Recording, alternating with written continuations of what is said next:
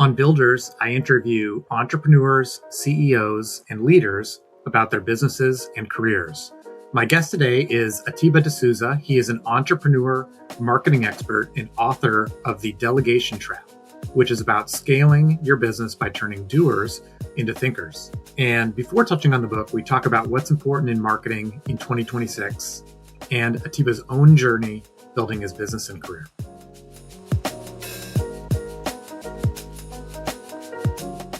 Hey, Atiba, how are you? Great to see you. It's a pleasure, John. Looking forward to this, my friend. Same here. We're going to talk a lot about marketing today. So before getting into your book and your company, I want to ask a marketing question. And like we're all constantly shopping for a service. We want a new car. It's the new year. We want a new face cream, and we might know that we want a service, but we're offered a variety of choices. And you've looked at this a lot. What are the moments of truth in your mind that are important for someone to convince someone to go from shopping a service to buying your brand or product? Yeah, it's a great question. And it's changed, right, over the last 10, 15 years. And one, I love that term, moment of truth. In marketing, we've been using it for a long time. Google brought it back to everyone's memory back in 2011 when they started talking about moments of truth and in search, right? And in 2026, especially when shopping for services, and this is what's so interesting now about B2B, especially, okay? When shopping for services, people want to connect with people, with other humans in the company, and know that this company has humans that align with me. Because so many people have been jaded over the last 5 years, and heck, in the US, we know what we went through in the last 5 years. And that's not a political statement or anything. It's just a matter of no matter who you are, you've been unhappy with something in the last 5 years where you don't trust big brother, big business in some way, shape, or form, because they've let us down in some way, shape, or form.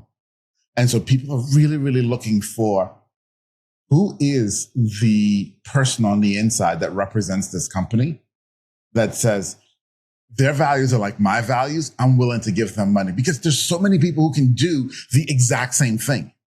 It's so interesting that you say that. And you brought up Google in the past. It kind of reminded me, I don't remember whether this was 10 years ago or 15 years ago, but you couldn't used to be able to call Google. And then they're like, yeah, we should give a phone number because sometimes you need to talk to us. I'm talking more about from a small business standpoint. So true.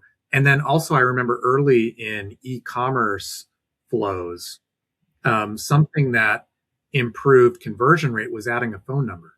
It's not necessarily did people call you, but they knew they could. And yeah. So important. It's so important that automation helps some things, many things, but not as a replacement of someone on the back end. I think that's such a great point. You know, it goes even further than that too. And it's a great point that you made. I believe in 2026 through 2030, the new paradigm of business, and everybody thinks right now that the new paradigm of business is AI. And yes, AI adds a ton, and heck, we talk about it, we teach it, we use it a ton. However, as things get more high tech, us as humans are going to want more high touch.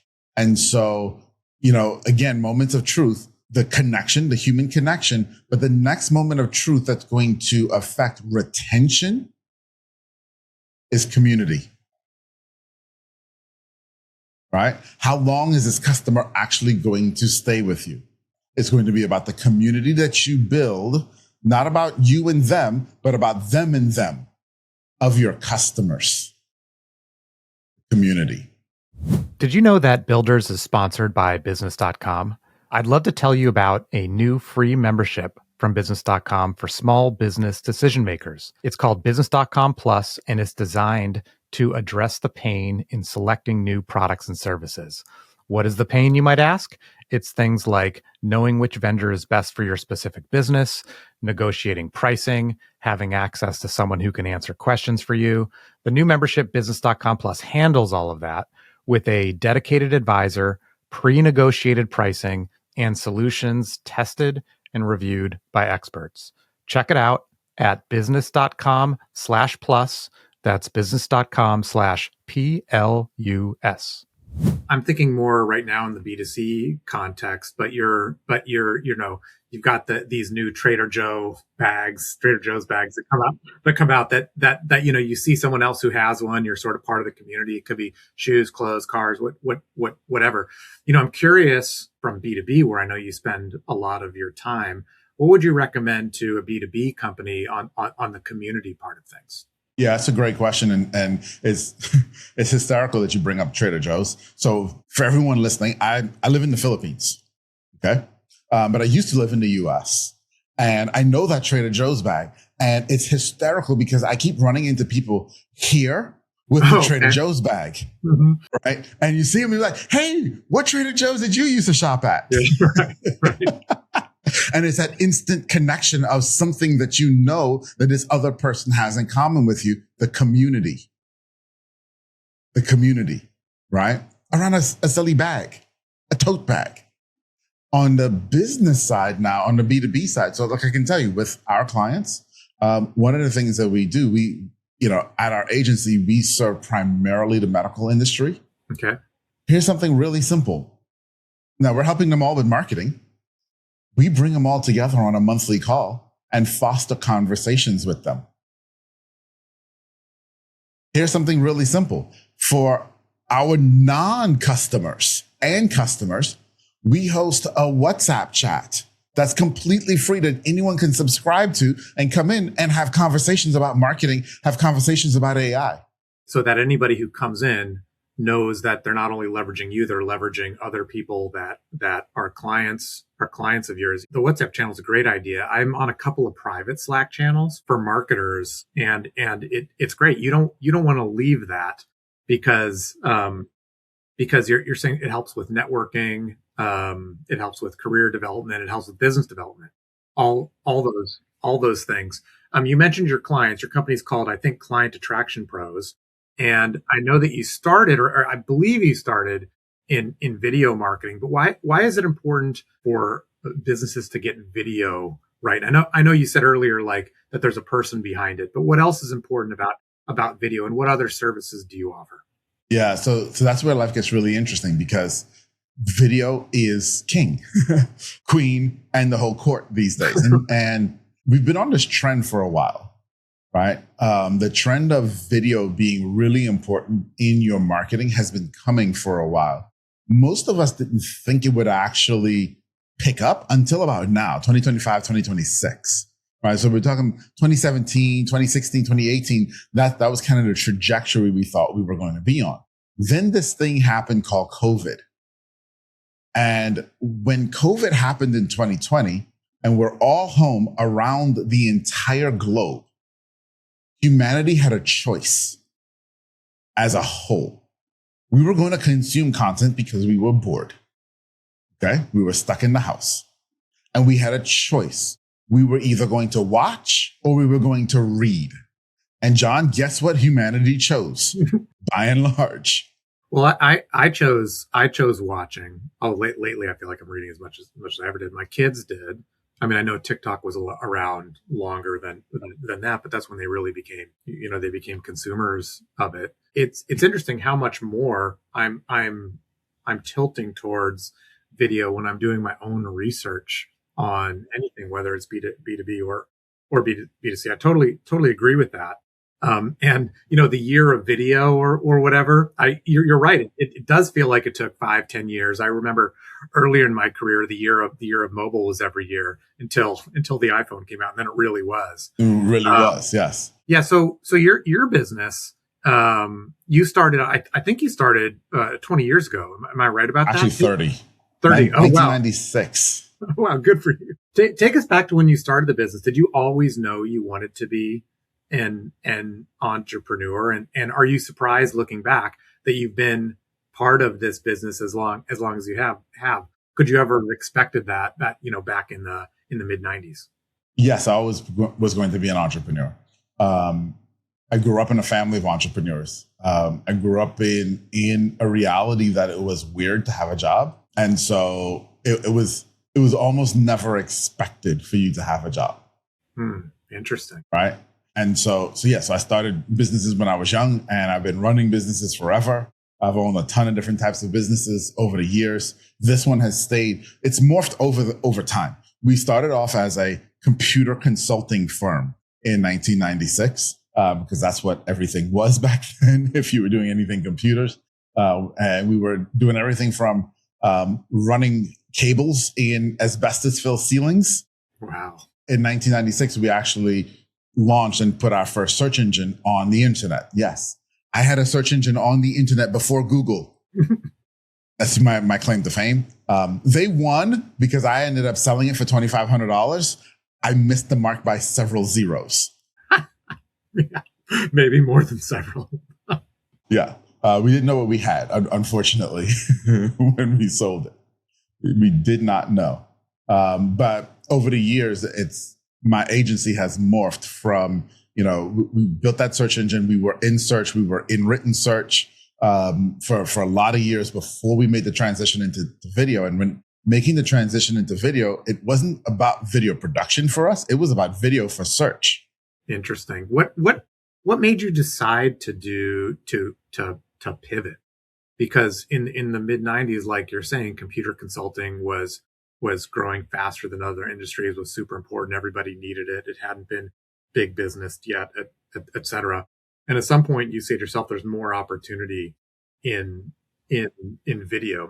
Maybe take us through that decision, if you don't mind. Yeah. So that transition, it took years. And so we've been purebred video marketing agency 2019, 2020. We were in written search for a long, long time before that.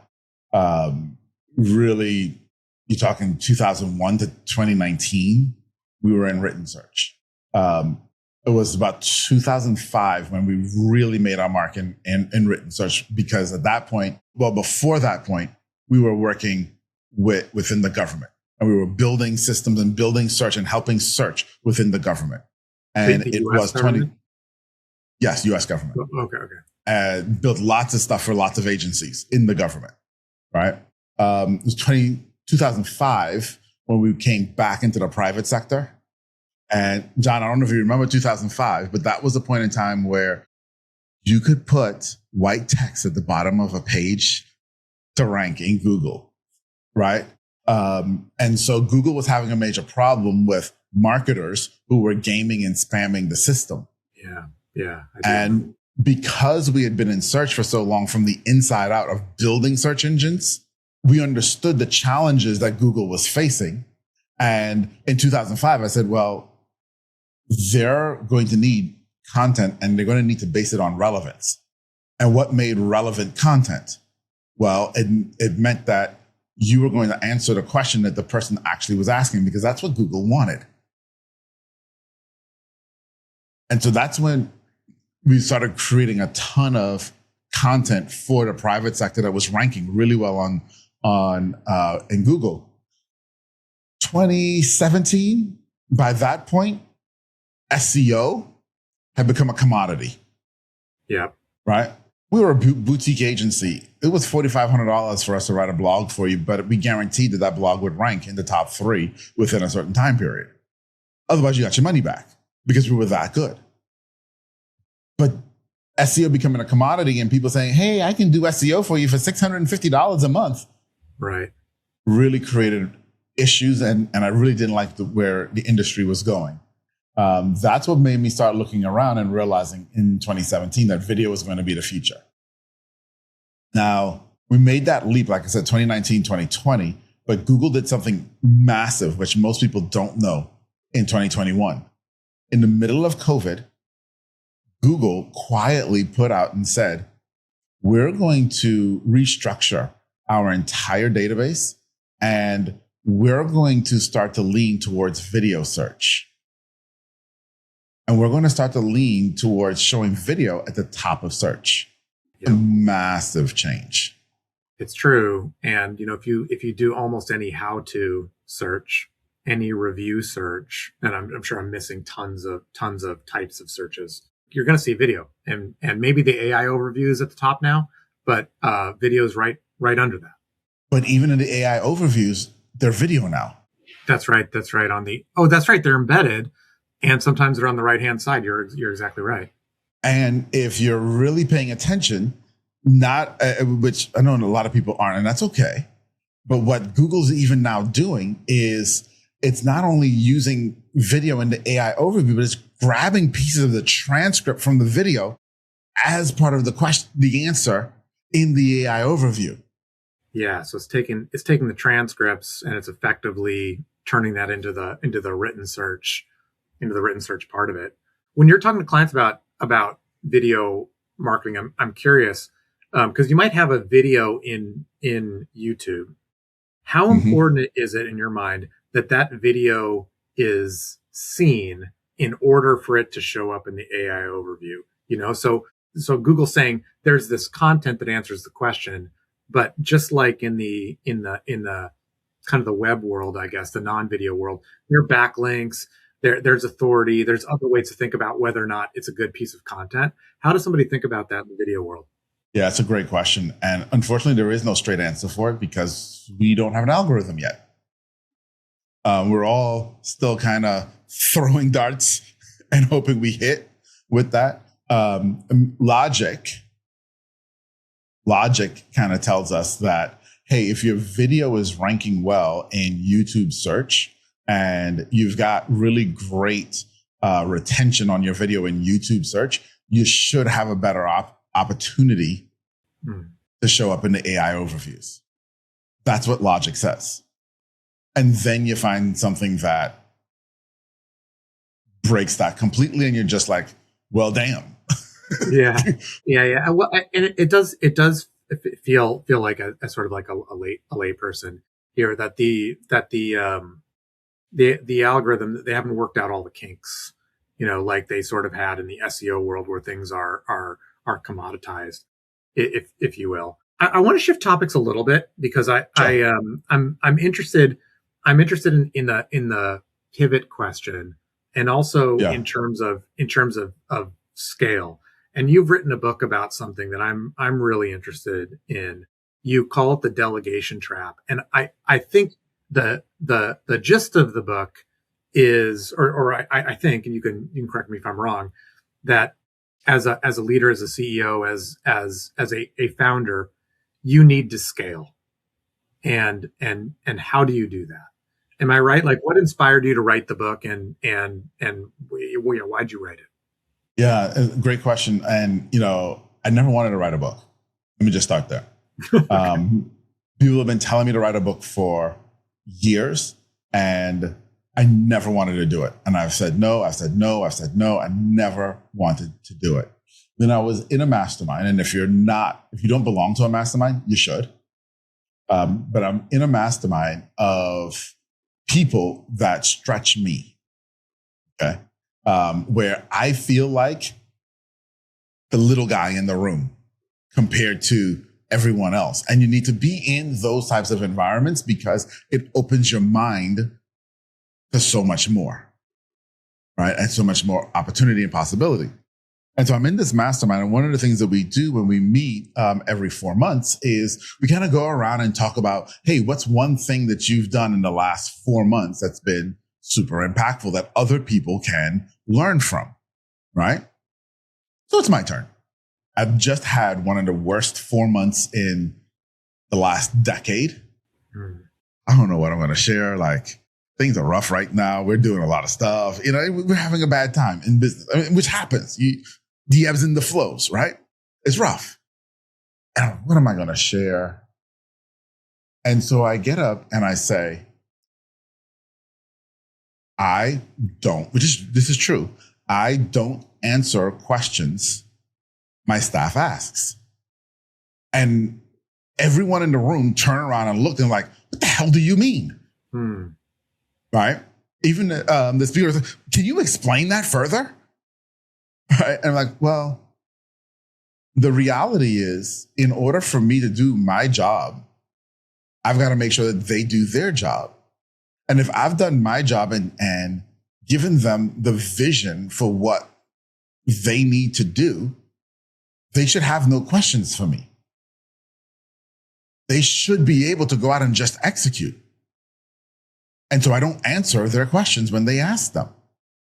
And that weekend, almost everyone in that room came up to me and wanted to have a conversation about this. Like, I spend half my day answering questions. Now, these are people who, again, I look up to. A lot of these are like industry legends, names that if I call them, you'd be like, oh, I know that. Oh, and they're coming up like, I'm struggling with this. I'm thinking, how in the world are you struggling with this? Why haven't you figured this out already? And that was the moment when I realized there was something that I had figured out in my, at that time, almost 30 years of business in leadership and delegation that a lot of other people hadn't, that was keeping them trapped in their business, that was allowing me to actually be able to have freedom to scale, knowing that I had a team behind that I could actually accomplish. You have an interesting phrase that you use. I think I might be paraphrasing. When you hire someone initially, you hire them to do. And then if they're going to scale, if they're going to make that thing better, they need to think. And so you have a method that you've coined. I think it's called the case method. Case method. Would you tell the audience what that is? And I know that they're going to have to read the book to get the whole shebang, but maybe give them a teaser on what it does and what it is. Yeah, absolutely. And John, you're right in what you said there is, we can't scale, we can't grow until we have people who are able to think. If they're not able to think, they're always going to just sit there and wait and just do. And you're just going to be in a bottleneck state. And so I was there. I've been there. So let me just tell you the story of how this really all came together. It was several years ago. And as we talked about, I've been in SEO for a long time. When you've been in SEO for that long, from the inside and the outside of the industry, right? And marketing and the technical side, I know a thing or two. I've been through a thing or two. And I realized that all SEO in the company was always still being touched by me because I was the smartest person in the room. You were that subject matter expert or whatever. Yeah. And so therefore, we couldn't grow further than how much I could touch. And that needed to change, right? I was looking at where we were and I was like, that needs to change.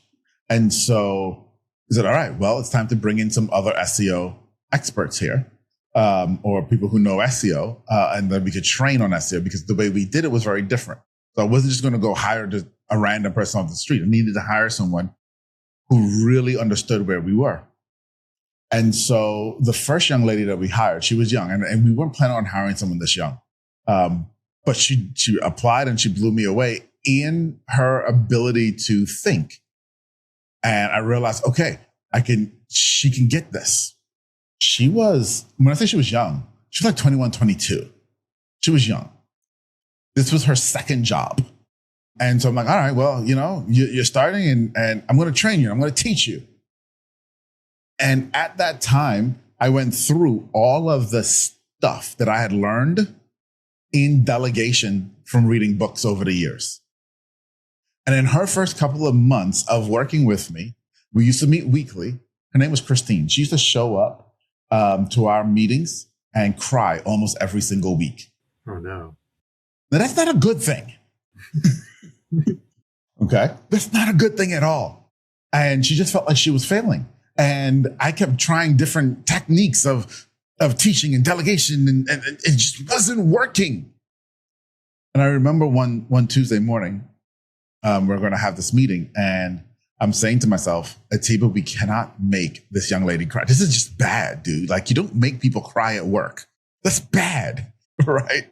Totally. And so the meeting hasn't started yet, and I'm waiting for it to come, and I'm frustrated, and I'm just like, what am I going to do different? And I don't have an answer. And so she comes to the meeting, and I just pause, and I don't know where this came from. I thank God for divine intervention, whatever you want to call it. But this just came.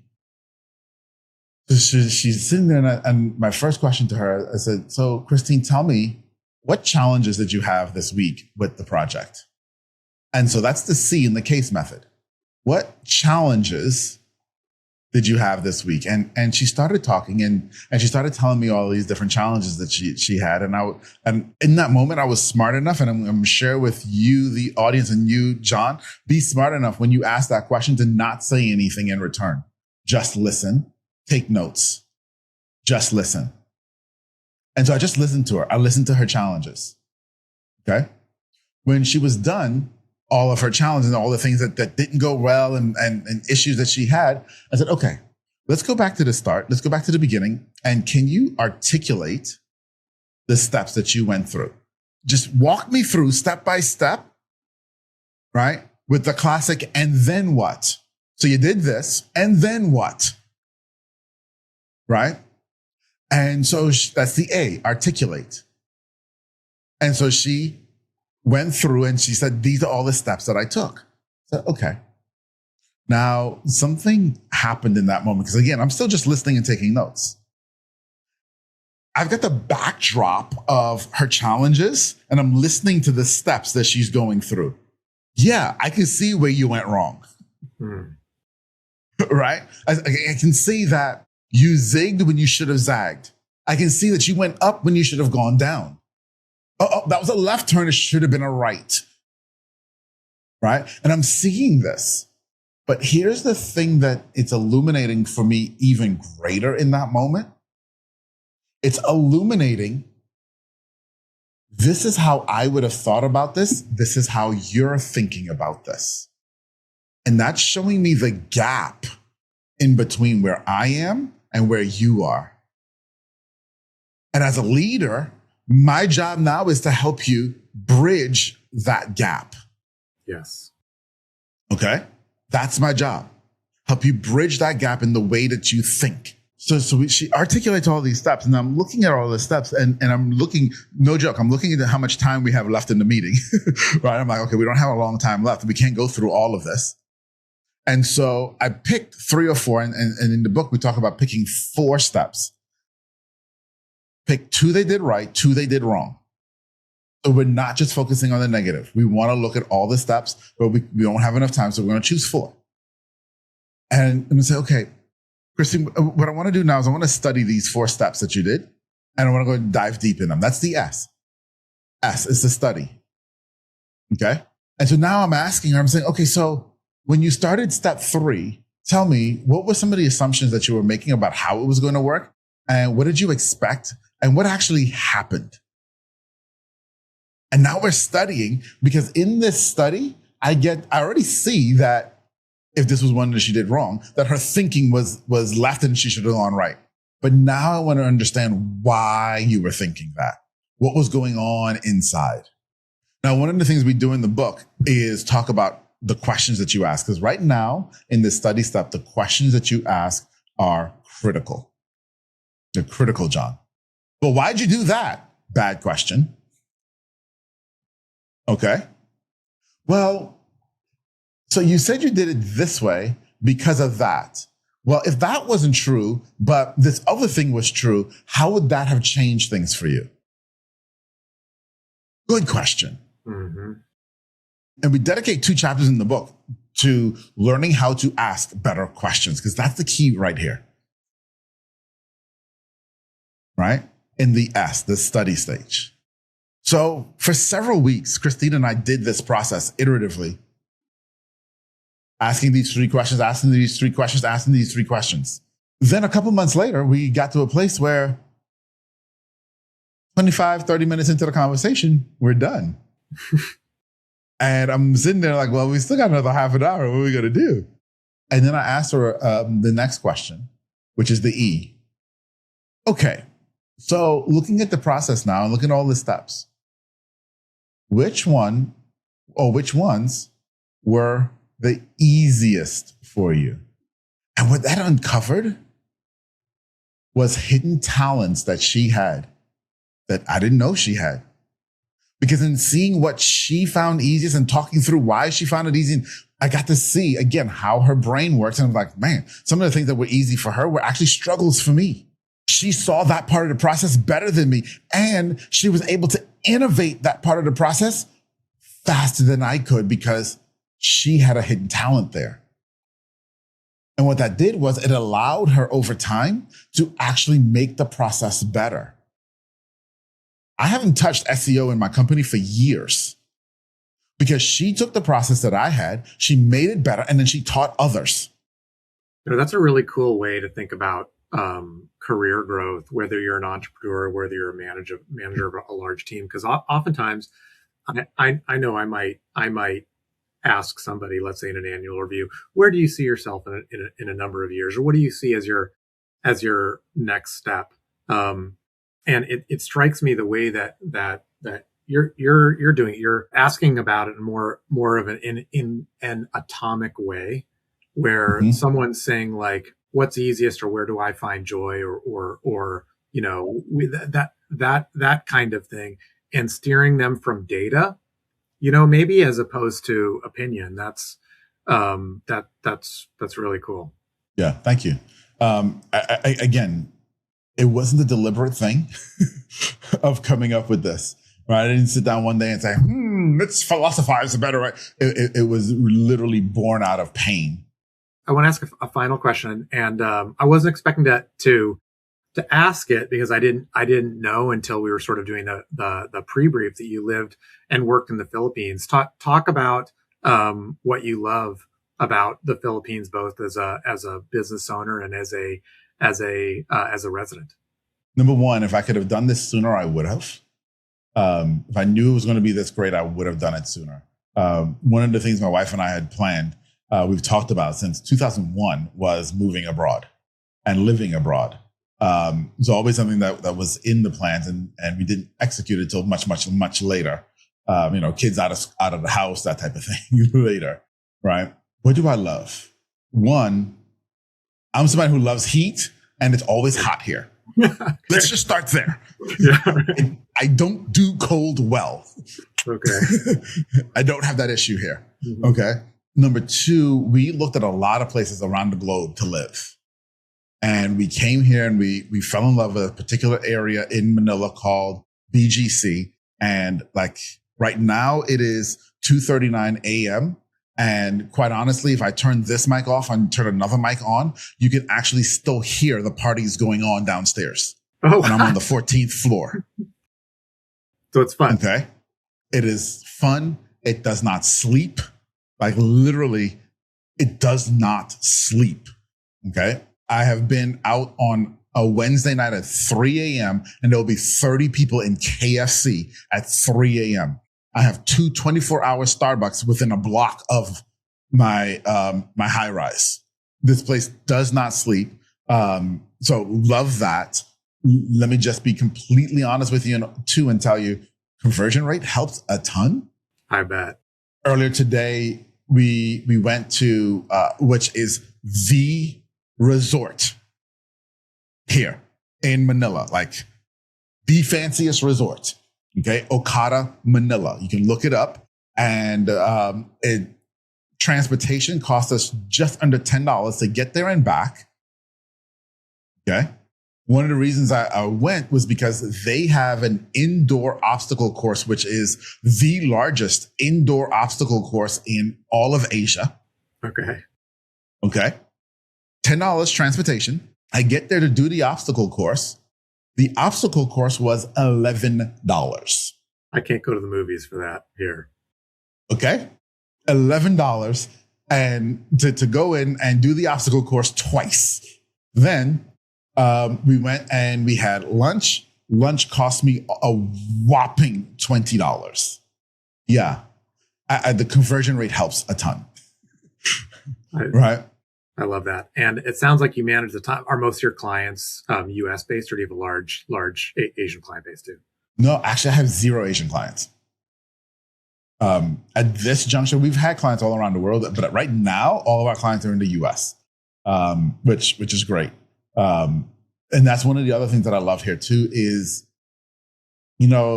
as business owners, we always talk about, man, I wish I had an extra day a week. I wish I had an extra hour in a day. It's interesting when you live 12 to 15 hours different than your client, you actually do have more time in a day. Interesting. Right? You get smarter about how you use your time. But guess what? in the middle of the day on a weekday, I can go and do anything that I want because all of my clients are asleep. So true. Atiba, thanks so much for joining me today on the pod. Really enjoyed our conversation. The NFL playoffs start in a couple of days. Do you still have a team that you root for? And I'll just say go Seahawks while I ask the question. Yeah. So unfortunately, I lived in Washington, D.C. for 40 years. Okay. So I am a Redskins / Commanders fan, and this has not been the year after last year. But high hopes. Well, firing half the staff, we'll see. You got your quarterback. I think you're going to get a new stadium. You've got owners I think people are happy about. So I think there's optimism. There's hope going forward. Yep. All right. Well, we're on the. You can join our Seahawks bandwagon if you like for the next 3 or 4 weeks. And will do. Appreciate it. Thanks so much, Atiba. Thank you.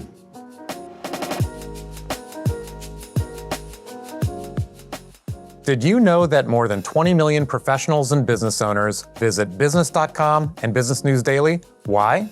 It's the best place for resources, advice, and information about how to grow your business. And if your goal is to reach our audience, you should become one of our lead partners, sponsor a section of the site, or sponsor even this podcast. Reach us at business.com/connect. That's business.com/connect.